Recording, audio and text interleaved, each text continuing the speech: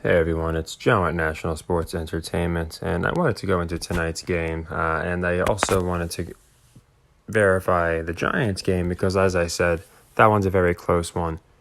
And I thought it was a great time because I can also show what not a comeback looks like.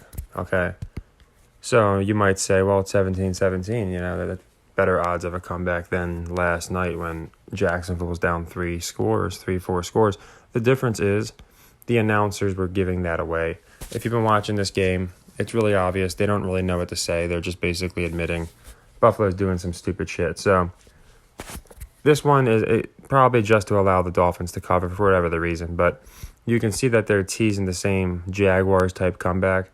But I have absolutely none of those same suspicions that I had. I feel like the Bills will still easily win this game. So I just wanted to bring that up because I thought it was a good time.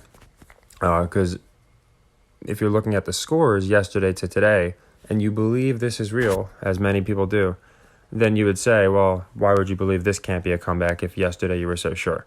Well, we'll see what happens. But it's because of the way the announcers act. It's because of the things the players do. It's because of things that are said. It's how animated they get when they talk about particular things. So I wanted to cover that because I thought it was, again, perfect time. Just after we, nailed yesterday's Jags because of the announcers, Dungy. Today, because of Roma, we're able to see why there's not going to be a comeback.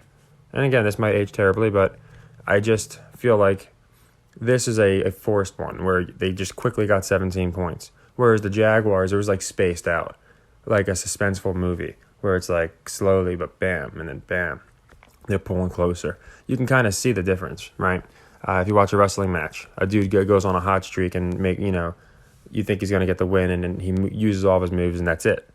Whereas usually the guy who wins the match paces himself and then hits his finishing move towards the end when you're not expecting it. So they're just having the Dolphins do some crazy things now. I'm not saying it won't be a close game, but there's no way they win this game. It's not. The Jags was, even though they were down by way more, it was, again, telegraphed by the announcers. And that's what, if you watch the announcers, you watch the officials, you watch these things, then it will help you see which ones are actually scripted to come back. And it's halftime now, so it'll be halftime. You could probably make, if you want, I think the Bills do pretty good in the second half. I can say that. I still do like the Miami cover 14, but I'm not expecting any kind of Trevor Lawrence thing. So if you're seeing Bills -6 or something, I think that'd be a great spread to take. So anyway, this game. Why was I going to switch to the Giants? Well, I've never liked picking all home teams or all away teams, and I really think the Bucs are going to win. I'll go into that, and if I like the spread or if I like the money line. But the thing is, with the Vikings here, they would be the only, like, if the Giants win, it'd be the only team that was an away team that won. And I really like that, but then at the same time, I looked at it, and I think because of this, we would have Niners, Vikes, Eagles, Bucks, whereas if the Giants win, we get Eagles, Giants. I don't think any people want to see all these divisional rounds. You got the Bills, Bengals going to be fun. Niners, Bucks going to be fun. So I feel like this Niners, Eagles, or Viking, this Giants, Eagles would just kill it. Whereas this is something that I think people would really like to see more. And it sets up what I thought from the beginning, right here, just to be honest.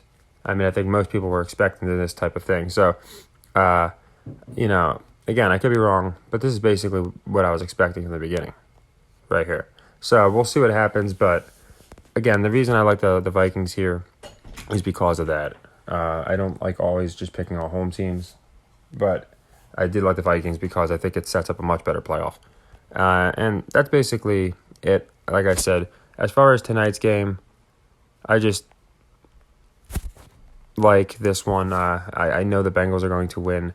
I don't know if they're going to make it a close cover or if they're going to make them run away. The reason I think the Bengals are going to run away, now that I do, and I wasn't loving it, but now I do. And it's interesting because I normally would not take them because the against the spread metric.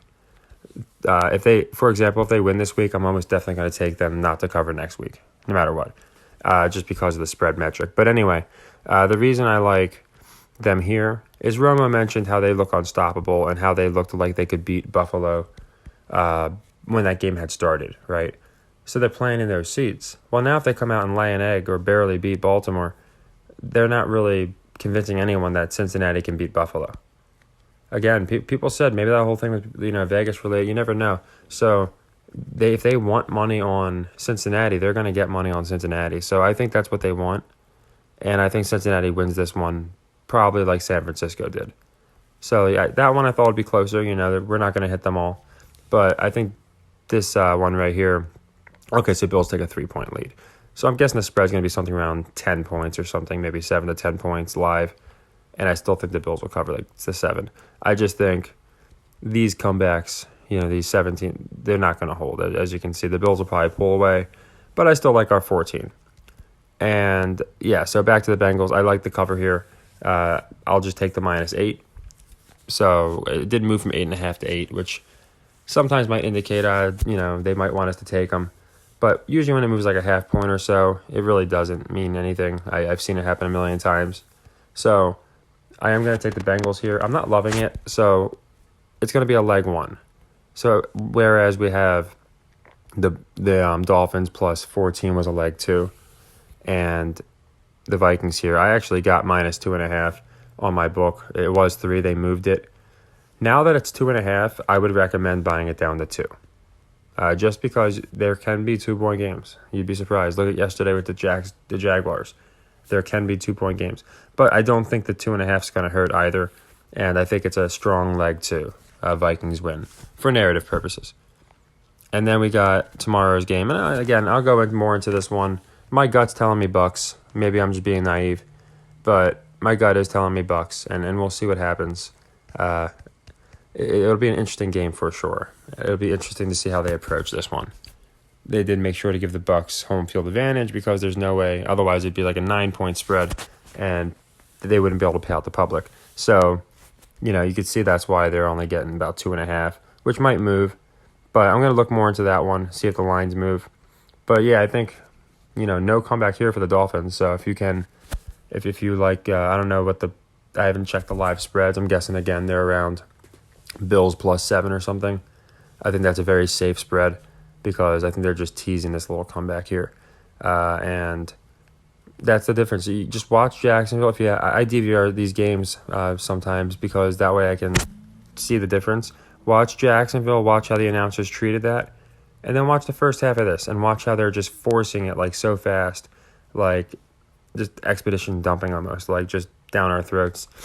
Like all these different, how quick they're coming back and all these things that have happened. Whereas Jaguars was more of a slow show, and they just pulled it off. So those are the disparities. Those are the discrepancies. That's how you can see the differences, and it will help definitely with live, in my opinion, live action. But yeah, nothing crazy. Just sticking with Vikings here. I know a lot of people like the Giants. The fact that every home team's going to win, made me want to go to the Giants, but I'm sticking with Vikings here. And I like the minus 2.5 is fine. And I like the Bengals -8. I think they have the strong home teams, look strong at home. I don't think it's too complicated on that one. So we'll see what happens. And the Bengals, again, it's not that I don't love it. I like the Bills and the Vikings more as a leg 2. Whereas the Bengals, we'll just make that a leg 1. And that just means that's one unit. Also, because we closed most of our sequences, I like to pick my spots. So, for example, I'm liking the Bucks game a lot better for a leg 3. That's why we haven't played one today, because there's certain games that, to me, are just a little more obvious.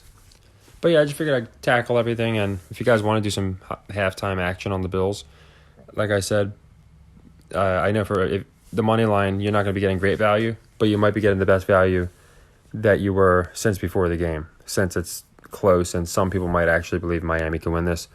It'd be great money line value on the Bills. Not money line value, but just a layup where people are actually going to think the Dolphins might do what the Jags did, but it's not even close to the same.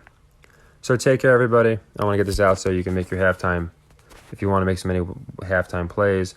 And just to verify again, it's Vikings cover and Bengals cover. Take care and happy earnings.